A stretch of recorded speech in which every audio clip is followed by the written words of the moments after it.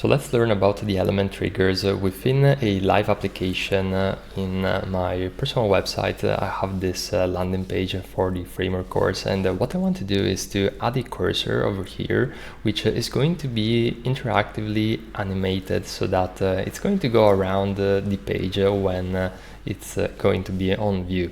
So what I did is I simply added a image which I'm going to drag and drop, and you can follow along with this tutorial by simply adding an image within a container or even an element of any sort, since the principle is going to be exactly the same. So I'm going to make it around this size, and what I notice is that this image is going to basically overlap and bring the image cover down below.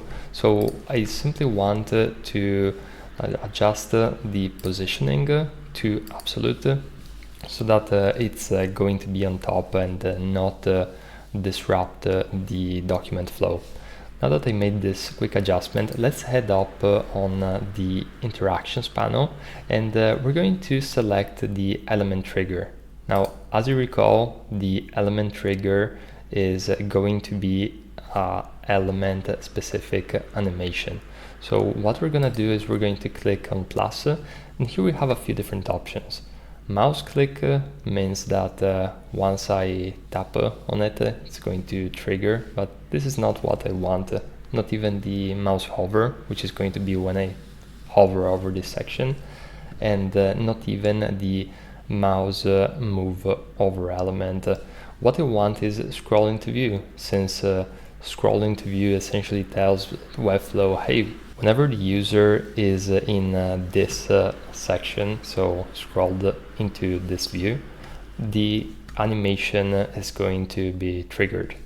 And I'm going to do just that, and we're going to keep the trigger settings for all of the responsive sizes, so desktop and above, tablet, phone, and phone portrait for the moment.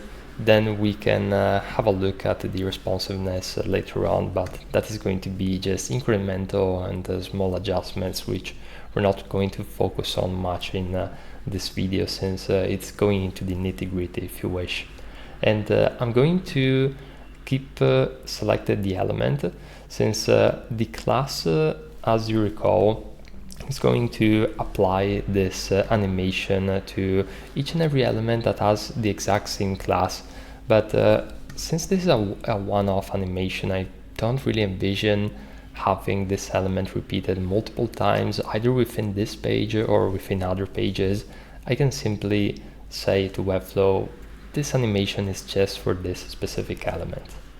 Now we're going to want to add an animation when scrolled into view, and when scrolled out of view essentially means this is going to be the animation once you scroll out of this view, so you're essentially scroll below. So let's select a start custom animation, as these other ones are simply going to be the predefined fixed animations that we saw in previous videos. And we are going to create a new animation. Now, as a reminder, over here you can find all of the different animations and interactions that you already added within your website. So if you need to quickly copy and adjust or actually apply the same animation that you previously applied, you can simply do it from here, so that you don't need to reinvent the wheel each and every time you're creating an animation in Webflow. In this case, again, we're going to create everything from scratch. So add a new animation, and I'm going to write cursor animation, and I'm going to click on enter, press enter, and now we're going to click on plus. Now, what I want this to do is to essentially move around as the user lands on this website or this web page, and I'm going to add a move, which is going to be set at 0 and 0% in X and Y axis. And I just want to remind you that you are going to need to set these to 0, even though you can see them like that, but this essentially is going to be a required step, so just keep it in mind. Now the next step is probably wanted to move right over here, so let's actually set that 600 pixels, and I can play the animation to see how that looks. Now this works perfectly fine. One thing that you can organize though is going to be the duration, and also what is going to be the type of ease that you can apply to this. So for example, if I set it to bounce, you can see that we now have a different type of animation, and you can simply play around and see which one is going to be the best for your specific desired result. So we can actually keep easy in and out. We can make the duration probably even 0.7, see, something like this, where it's not too aggressive. And I'm going to add one more move, which is going to be right here, and then let's move this here below. So I can easily just adjust this, and we're going to make it easy in and out. I'm going to use the duration of 0.7, and you can also create a custom easing. In this case, I'm simply going to utilize the predefined value for the easing, simply because it's easier and it fulfills the job, does the job essentially. But you can create even more custom elements, and we're going to essentially have a look, and this is quite fast. Let's see if I add, for example, a delay over here.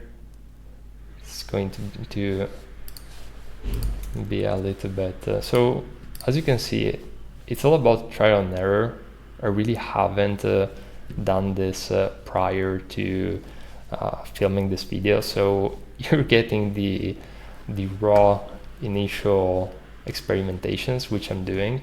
I'm probably going to have another element of moving this to say around here, let's say around 650, and I'll move this a little bit below, let's say 600 again, or actually maybe it's moving a little bit too far from where I want it to be, so I'm going to say 0.7. I'm going to make it easy in and out, and yeah, that's pretty much going to be working fine, I would assume, with a delay applied to the other one, which let's say 0.5. Actually, let's say 1 also at the start, so that it's not going to start immediately. So let's try and see how this works. Yeah, we have the delay that we need to apply also over here. So you can see how you can create these interactions and animations quite easily overall in Webflow, and this is going to essentially set the initial state. So as you can see over here, setting initial state applies styles to the element before page load. It's useful for hiding elements before animating them into view, so keep this in mind.